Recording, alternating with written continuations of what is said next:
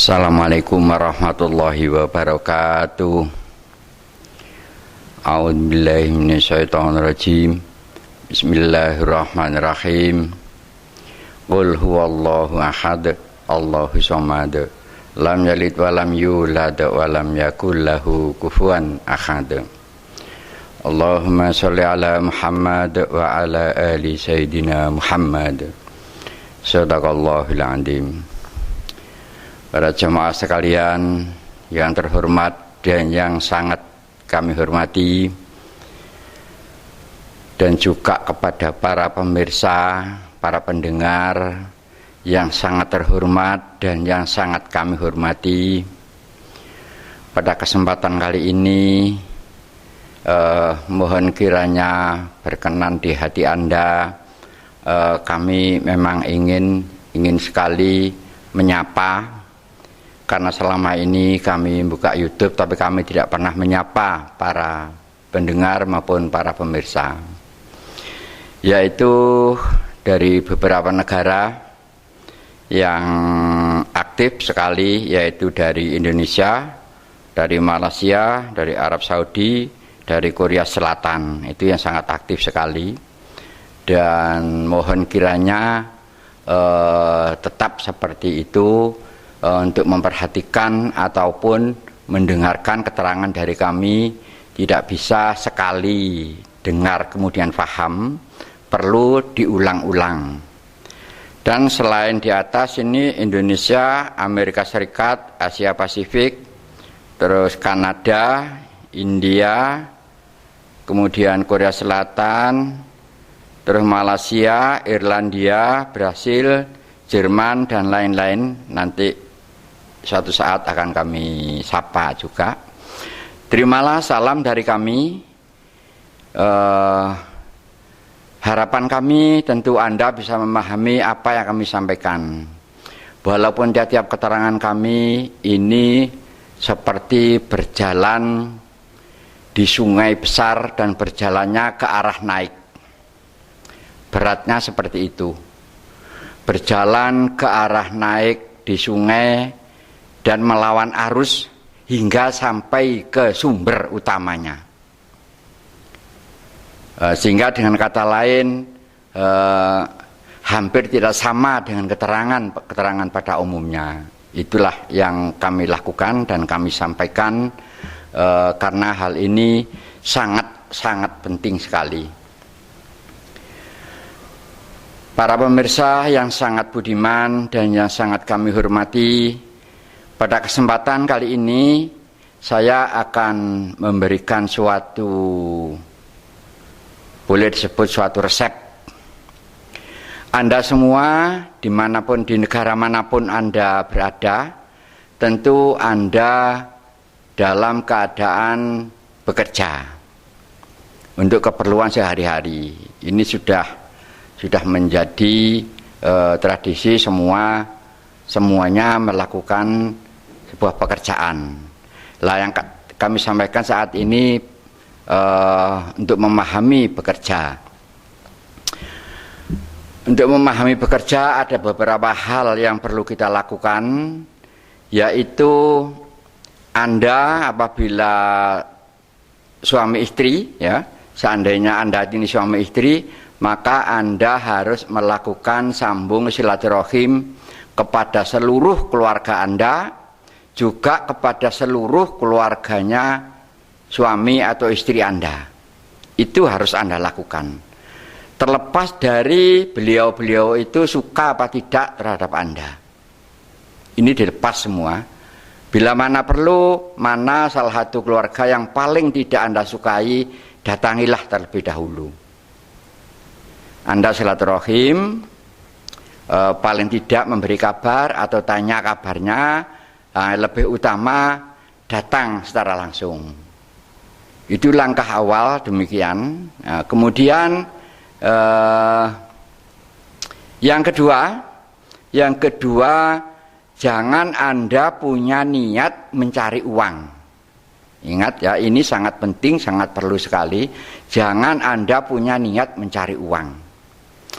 Yang benar Anda sekedar ikhtiar Itu rajin-rajinlah bekerja, tapi ini bukan untuk mencari uang, tapi sekedar ikhtiar. Itu berapapun yang Anda dapat, Anda terima, Anda syukuri.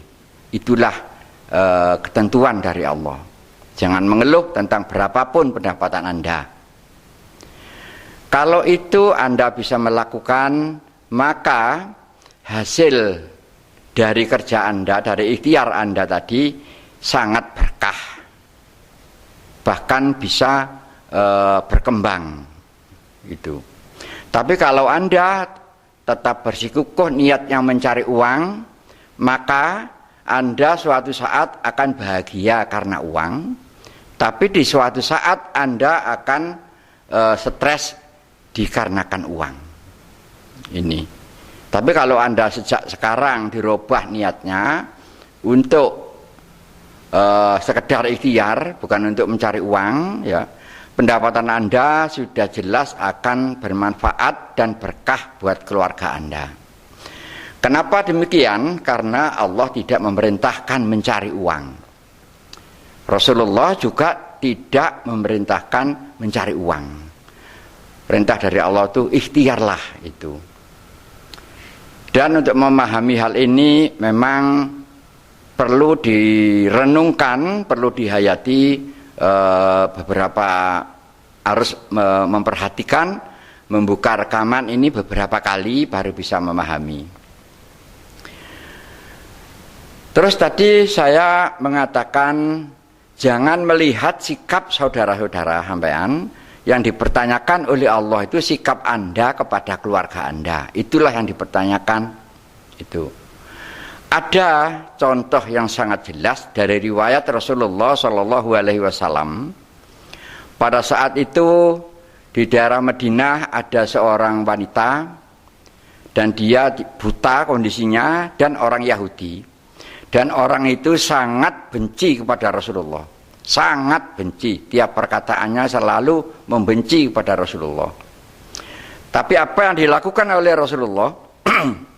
Justru Rasulullah itu setiap waktunya makan, beliau hadir, beliau datang ke orang tersebut dan menyuapinya hingga kenyang. Beberapa tahun lamanya itu. Hampir semua penduduk Madinah tahu kalau apa yang dilakukan oleh Rasulullah. Tapi orang buta tersebut tidak tahu bahwa yang menyuapi itu Rasulullah. Dan memang Rasulullah tidak mengaku. Tapi terus dilakukan hal itu. Kemudian setelah beliau wafat, digantikanlah oleh sahabatnya yaitu Sayyidina Abu Bakar. Dilakukan, tapi orang tersebut tahu, langsung tahu, karena Rasulullah caranya menyuapi sangat halus dan sangat baik. Sedangkan Sayyidina Abu Bakar ya tentu tidak sebaik Rasulullah melakukan penyuapan tadi. Jadi tiap lapar disuapi. Lah itu cerita itu maknanya itu Allah tidak mempertanyakan sikap yang lain terhadap kita. Yang dipertanyakan oleh Allah itu sikap kita kepada mereka. Mereka itu baik apa tidak sama kita, itu lepas. Makanya tadi saya pesan bahwa Anda harus melakukan hal itu. Bersilaturahimlah kepada seluruh keluarganya sendiri, keluarganya suami, walaupun mungkin salah satu dari mereka tidak menyukai Anda. Justru yang tidak menyukai Anda itulah Anda datangi terlebih dahulu. Karena Allah tidak mempertanyakan sikap mereka kepada Anda, justru yang dipertanyakan itu sikap Anda kepada saudara-saudara Anda. Begitulah memang seorang mukmin itu harus lapang dada dan harus luas wawasannya. Jadi riwayat tadi diadakan tadi untuk apa? Kita harus tahu itu.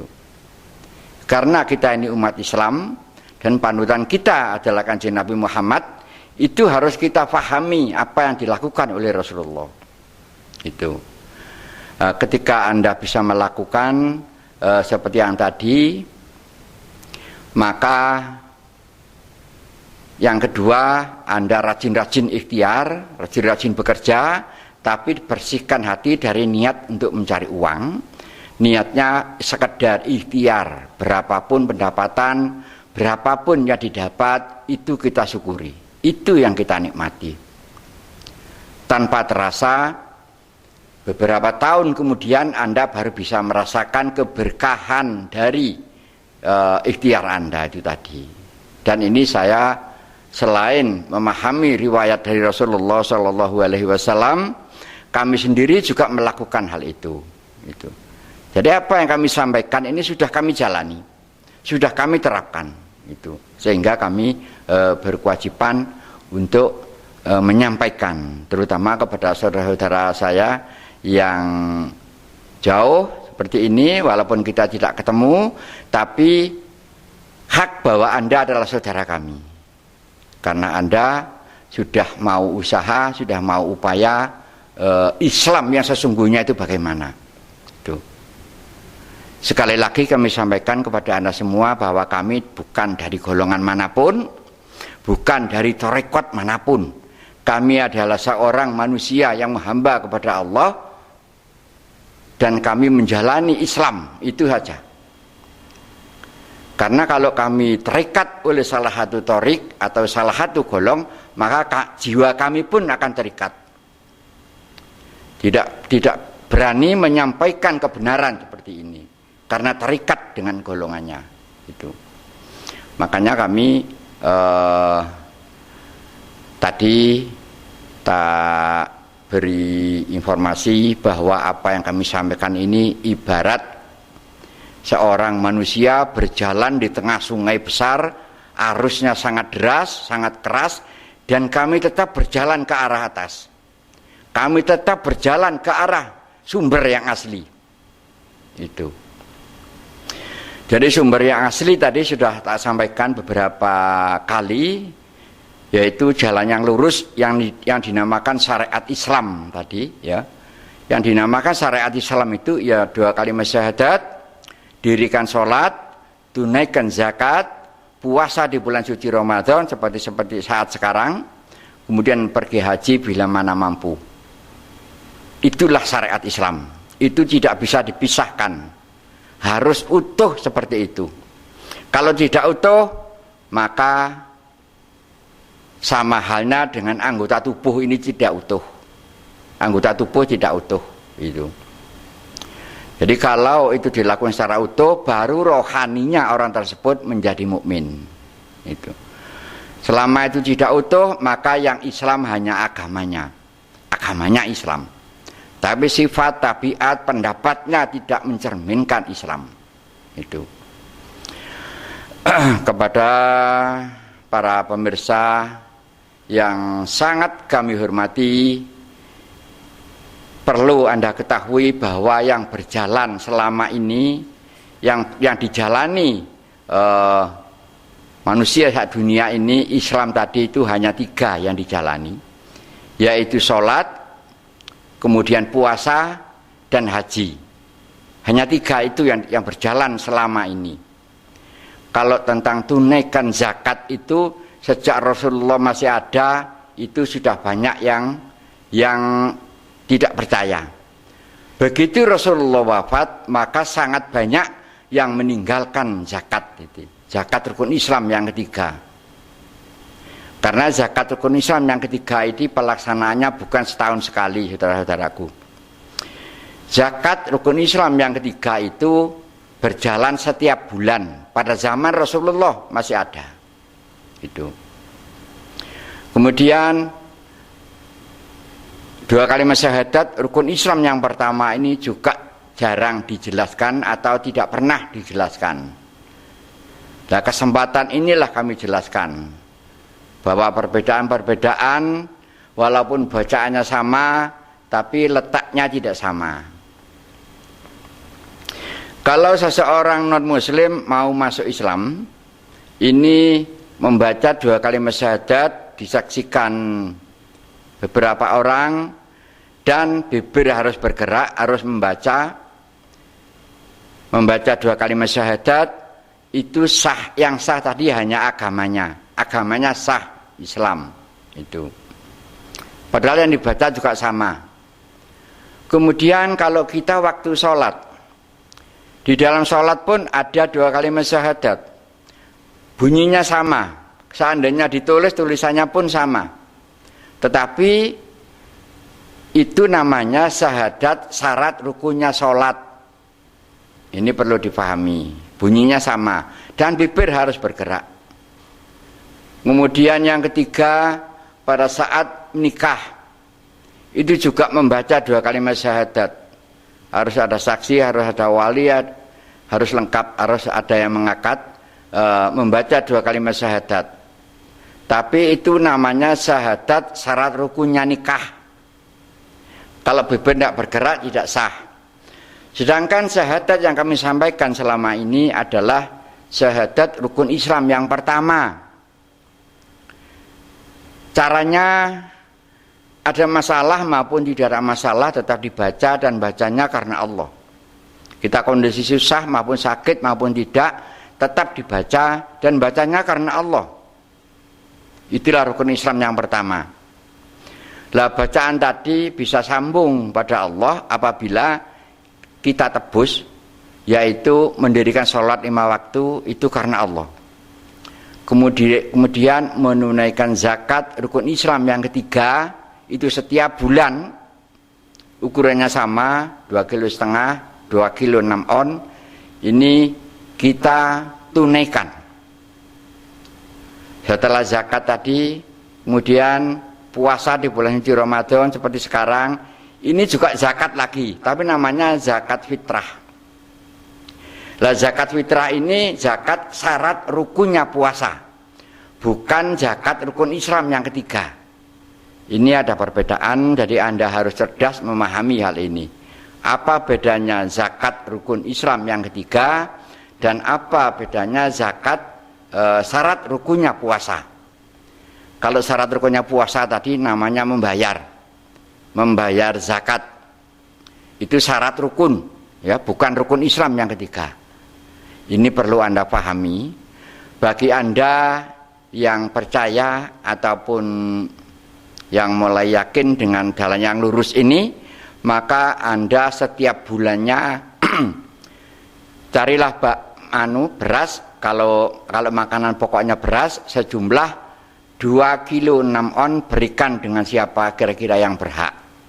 Lakukan itu setiap bulan dengan niat menunaikan zakat rukun Islam yang ketiga. Kalau Anda berdekatan, ada beberapa orang banyak seperti di sini misalnya, ini bisa dibayarkan berupa uang, kemudian oleh pengurus tadi diberikan beras dan dibagikan. Jangan ada sisa apapun, itu caranya.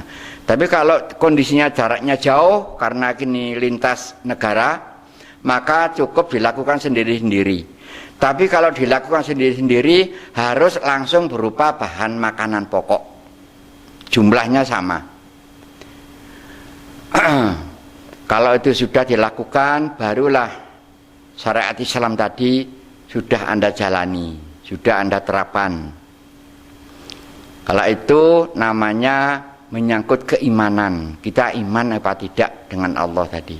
Kalau Anda punya iman kepada Allah, maka lakukan jalan ataupun cara ataupun aturan yang dibawa oleh Rasulullah SAW. Memang keterangan kami sekali lagi tidak seperti pada umumnya, ya, karena hanya di sini yang melakukan hal itu, hanya di sini. Bagi Anda yang memang Allah memberikan rahmat, maka Anda tidak akan keberatan menjalani jalan yang lurus tadi. Jadi yang namanya syariat Islam itu. Apabila itu sudah kita lakukan, berarti rohani kita pun kondisinya Islam, kondisinya mukmin, maka akibatnya seluruh perilaku yang menyangkut sunnah-sunnah itu ikhlas. Seandainya Anda bekerja, itu pun selama Anda ikhlas dengan hasilnya, berapapun pendapatan diterima, itu termasuk kategori ibadah. Sama dengan yang karena Allah tadi. Itu. Jadi yang namanya ibadah itu yang mana yang kita lakukan karena Allah itu ibadah. khususnya yang fardu itu. Jadi kalau ikhlas tadi menyangkut yang sunnah-sunnah, tapi kalau yang harus karena Allah, harus lillahi ta'ala, itu nyangkut yang fardu. Kita harus bisa memahami hal itu. Dan kami harapkan Anda jangan ragu-ragu dengan sifatnya Allah secara keseluruhan, tanpa sedikit pun tersiksa, itu tanpa ada sedikit pun yang diragukan, karena hanya Allah yang maha benar. Siapapun yang mau ibadah karena Allah, maka ibadahnya orang tersebut sudah pasti diterima, karena Allah maha menerima. Apabila yang fardu tadi diterima, niscaya yang sunnah-sunnah itu pun Anda melakukannya dengan ikhlas. Ikhlas itu sendiri nilainya sama dengan yang karena Allah. Itu jadi termasuk ibadah. Kalau itu benar, maka seluruh kehidupan Anda ini dihitung ibadah. Terap sesuai dengan tujuan Allah membuat atau menciptakan kita semua ini. Karena Allah tidaklah menciptakan manusia dan jin kecuali diperintah ibadah. Itu. Bapak Ibu sekalian yang teramat sangat kami hormati, itu tadi sangat poin dan sangat penting sekali difahami. Kenapa saya mengatakan sikap Anda kepada saudara-saudara Anda yang dipertanyakan oleh Allah, dan Allah tidak melihat sikap saudara sampean kepada Anda. Jadi sampean harus bisa membedakan, ya. Kalau masalah hukum, hampir semua orang Islam faham terhadap hukum. Hanya batasan-batasan hukum yang kurang difahami. Yang kami maksud batasan hukum tadi yang dipertanyakan itu sikap anak kepada orang tua. Itu saja. Terlepas dari orang tua kita itu baik apa tidak. Terlepas dari orang tua kita itu agamanya apa. Seandainya beda keyakinan, Anda pun harus tetap sopan santun, tetap baik kepada orang tua. Itu. Terlepas dari agama apa dan bangsa apa. Yang kami sampaikan ini ukurannya, kapasitasnya itu dunia, bukan satu negara. Syariat Islam ini apabila dilakukan secara utuh tadi, Anda tinggal di negara manapun sama. Di negara manapun sama. Tapi kalau salah satu torik atau salah satu golong tidak sama. Di sini bisa diterima, di negara lain bisa kisruh. Tapi kalau syariat Islam tidak bisa, karena kapasitasnya adalah satu dunia. Itu. Kalau salah satu torik atau salah satu golong, ukurannya paling besar satu negara. Itu paling besar. Mungkin bisa juga satu provinsi, atau mungkin satu kabupaten aja. Dilakukan di kabupaten lain bisa kisruh. Itulah bedanya. Jadi apa yang kami sampaikan ini kapasitasnya satu dunia, sehingga dilakukan dimanapun tidak akan membuat kerusakan di negara itu. Syariat Islam apabila dilakukan secara benar dan karena Allah, dilakukan di negara manapun tidak akan membuat kerusakan, tidak akan membuat kisruh di negara itu. Dan negara Anda pun akan mendapat rahmat dari Allah. Itu. Bukan hanya keluarga Anda yang mendapat rahmat. Negara Anda pun akan mendapatkan rahmat apabila syariat Islam tadi kita lakukan karena Allah. Kepada yang terhormat para pemirsa dan para pendengar yang sangat kami hormati, sekali lagi kami tiap-tiap menyampaikan tidak punya beban apapun, saya tidak punya ikatan apapun, sehingga saya merdeka. Harus kami sampaikan hal ini, karena ini sesuatu yang hak, sesuatu yang nggak bisa terbantahkan. Itu karena kami tidak akan berani menambahi atau mengurangi apa yang disampaikan Rasulullah SAW. Saudara-saudaraku yang sangat kami hormati, ada sedikit riwayat dari Rasulullah SAW yang mana riwayat ini membutuhkan perenungan kita semua, yaitu kejadian pada saat Rasulullah masih hidup waktu di Madinah.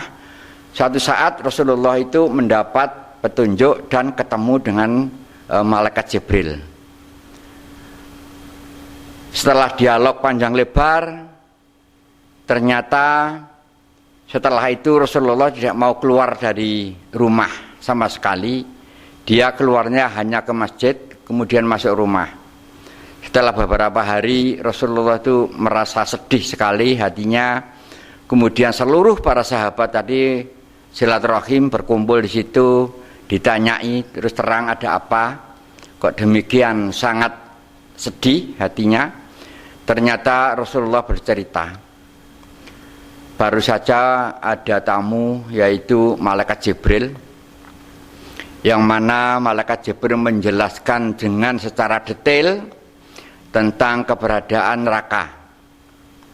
Di neraka itu ada 7 pintu, ya, ada 7 pintu.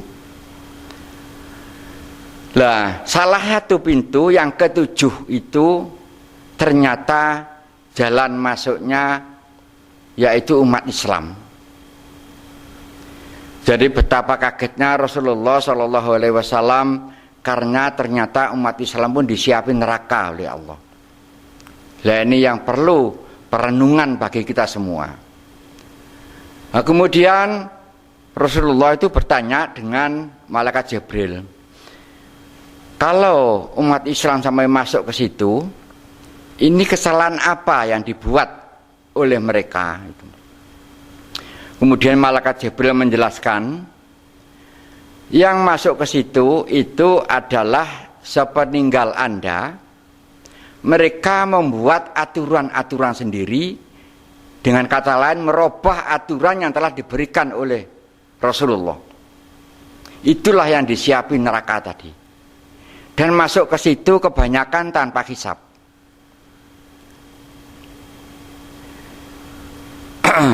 Karena Rasulullah SAW itu selalu benar, maka kita harus tafakur, harus merenung. Pesan kami kepada Anda semua, jangan pernah berani merubah-rubah aturan tata cara yang diberikan oleh Rasulullah SAW. Itu. Kenapa hal itu kami sampaikan? Karena sudah jelas kalau Kanjeng Nabi itu bilang seperti itu, bersabda seperti itu sudah jelas terjadi. Dan lagi memang terbukti ketika Rasulullah wafat, baru saja wafat, sudah mulai banyak daerah-daerah yang meninggalkan zakat. Terus meninggalkan zakat. Lah akhirnya dalam jangka waktu lama tidak ada yang pernah membahas tentang 2 kalimat syahadat rukun Islam yang pertama itu. Setelah para sahabat tadi sudah wafat semua, malah membuat cara sendiri, membuat jalan sendiri. Mulailah ada tarekat baru. Pertama kali ada tarekat di daerah Turki. Besar tarekatnya, karena didukung oleh seluruh umat Islam. Padahal pesan dari Rasulullah demikian gamblang, demikian jelas. Jangan pernah berani-berani merubah cara, merubah aturan yang diberikan oleh Rasulullah. Itu. Dalam kesempatan inilah mari kita kembali berjalan menjalani jalan yang lurus tadi. Kembali kita ke sumber aslinya. Sehingga kita tidak termasuk masuk lewat pintu yang ke-7 tadi. Bapak Ibu sekalian, apa yang kami sampaikan ini bukanlah main-main, bukanlah gertakan, bukan, tapi itu hak. Dan kami berbicara ini bukan tanpa pedoman, Jadi perlu kita fahami beberapa kali maka pesan kami Anda membuka jangan hanya satu kali. Lihat beberapa kali, dengar baik-baik. Dan perlu Anda ketahui bahwa masuknya pengetahuan ini bukan lewat mata, ya, tapi lewat telinga. Maka fokuskanlah ke pendengaran, tidak fokus ke arah pandangan. Jadi kalau mendengar pengetahuan, pengertian yang seperti ini, jangan melihat orangnya. Dengarkan saja apa yang dibicarakan. Itu. Kalau Anda melihat orangnya, maka hati Anda akan timbul pertanyaan, siapa orang ini? Itu. Siapapun saya, nggak masalah. Saya bukan siapa-siapa. Bahkan saya bukan apa-apa. Tapi dengarkan baik-baik apa yang kami sampaikan ini.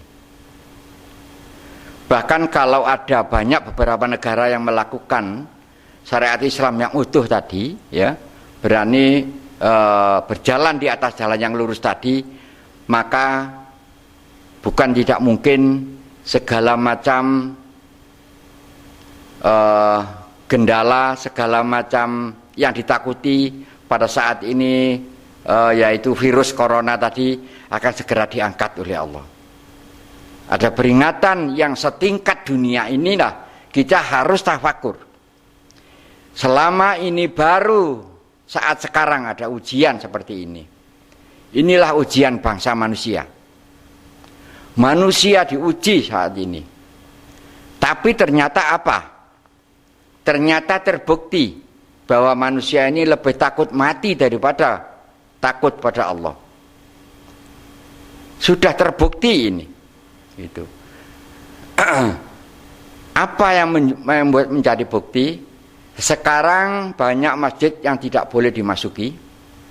Bahkan di Mekah dan di Madinah pun sampai dihentikan. Inilah bukti bahwa kita lebih takut mati daripada takut kepada Allah.